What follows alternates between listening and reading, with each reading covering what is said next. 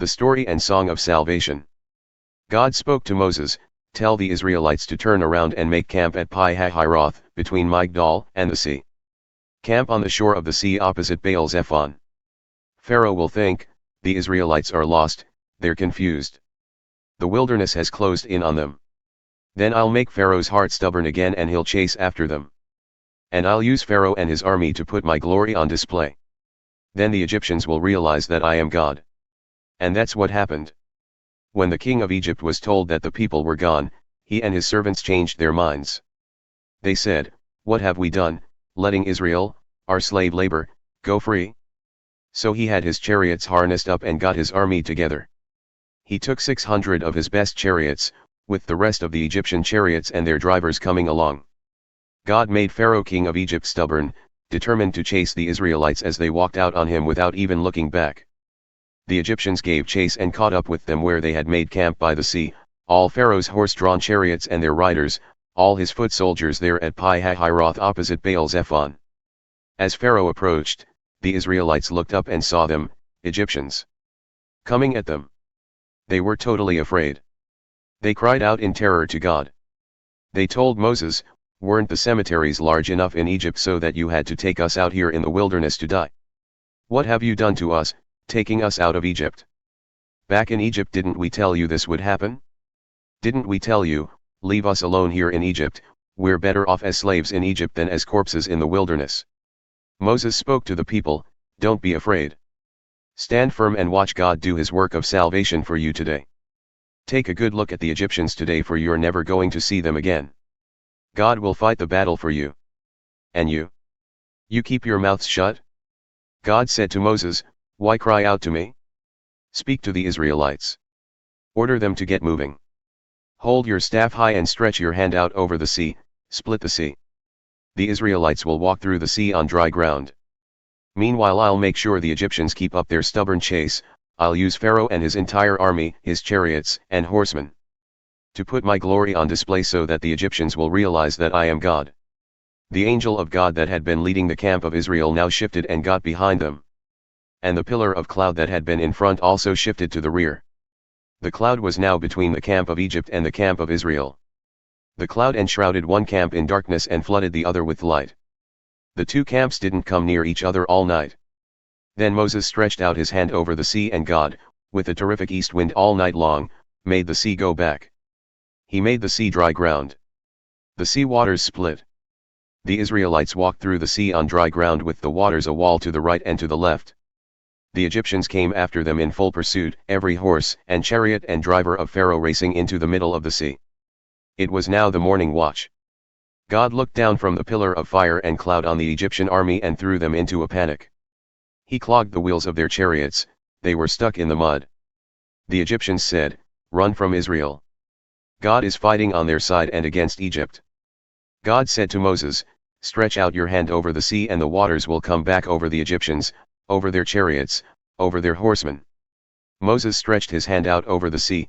As the day broke and the Egyptians were running, the sea returned to its place as before. God dumped the Egyptians in the middle of the sea. The waters returned, drowning the chariots and riders of Pharaoh's army that had chased after Israel into the sea. Not one of them survived. But the Israelites walked right through the middle of the sea on dry ground, the waters forming a wall to the right and to the left. God delivered Israel that day from the oppression of the Egyptians. And Israel looked at the Egyptian dead, washed up on the shore of the sea, and realized the tremendous power that God brought against the Egyptians. The people were in reverent awe before God and trusted in God and his servant Moses. Then Moses and the Israelites sang this song to God, giving voice together, "I'm singing my heart out to God, what a victory." He pitched horse and rider into the sea. God is my strength, God is my song, and, yes, God is my salvation. This is the kind of God I have and I'm telling the world. This is the God of my father, I'm spreading the news far and wide. God is a fighter, pure God, through and through. Pharaoh's chariots and army he dumped in the sea, the elite of his officers he drowned in the Red Sea. Wild ocean waters poured over them, they sank like a rock in the deep blue sea. Your strong right hand, God, shimmers with power, your strong right hand shatters the enemy. In your mighty majesty you smash your upstart enemies, you let loose your hot anger and burn them to a crisp. At a blast from your nostrils the waters piled up, tumbling streams dammed up, wild oceans curdled into a swamp. The enemy spoke, I'll pursue, I'll hunt them down, I'll divide up the plunder, I'll glut myself on them, I'll pull out my sword, my fist will send them reeling. You blew with all your might and the sea covered them. They sank like a lead weight in the majestic waters. Who compares with you among gods, O God? Who compares with you in power, in holy majesty, in awesome praises, wonder-working God?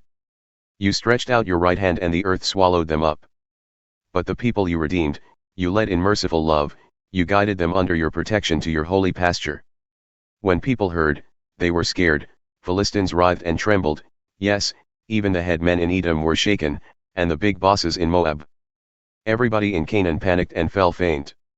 Dread and terror sent them reeling. Before your brandished right arm they were struck dumb like a stone, until your people crossed over and entered, O God, until the people you made crossed over and entered. You brought them and planted them on the mountain of your heritage, the place where you live, the place you made, your sanctuary, Master, that you established with your own hands. Let God rule forever, for eternity. Yes, Pharaoh's horses and chariots and riders went into the sea and God turned the waters back on them, but the Israelites walked on dry land right through the middle of the sea. Miriam the prophetess, Aaron's sister, took a tambourine, and all the women followed her with tambourines, dancing. Miriam led them in singing, Sing to God, what a victory! He pitched horse and rider into the sea. Traveling through the wilderness. Moses led Israel from the Red Sea onto the wilderness of Shur. They traveled for 3 days through the wilderness without finding any water. They got to Marah, but they couldn't drink the water at Marah, it was bitter. That's why they called the place Marah, bitter. And the people complained to Moses, So what are we supposed to drink? So Moses cried out in prayer to God. God pointed him to a stick of wood. Moses threw it into the water and the water turned sweet. That's the place where God set up rules and procedures, that's where he started testing them. God said, if you listen obediently to how God tells you to live in his presence, obeying his commandments and keeping all his laws. Then I won't strike you with all the diseases that I inflicted on the Egyptians, I am God your healer. They came to Elim where there were 12 springs of water and 70 palm trees. They set up camp there by the water.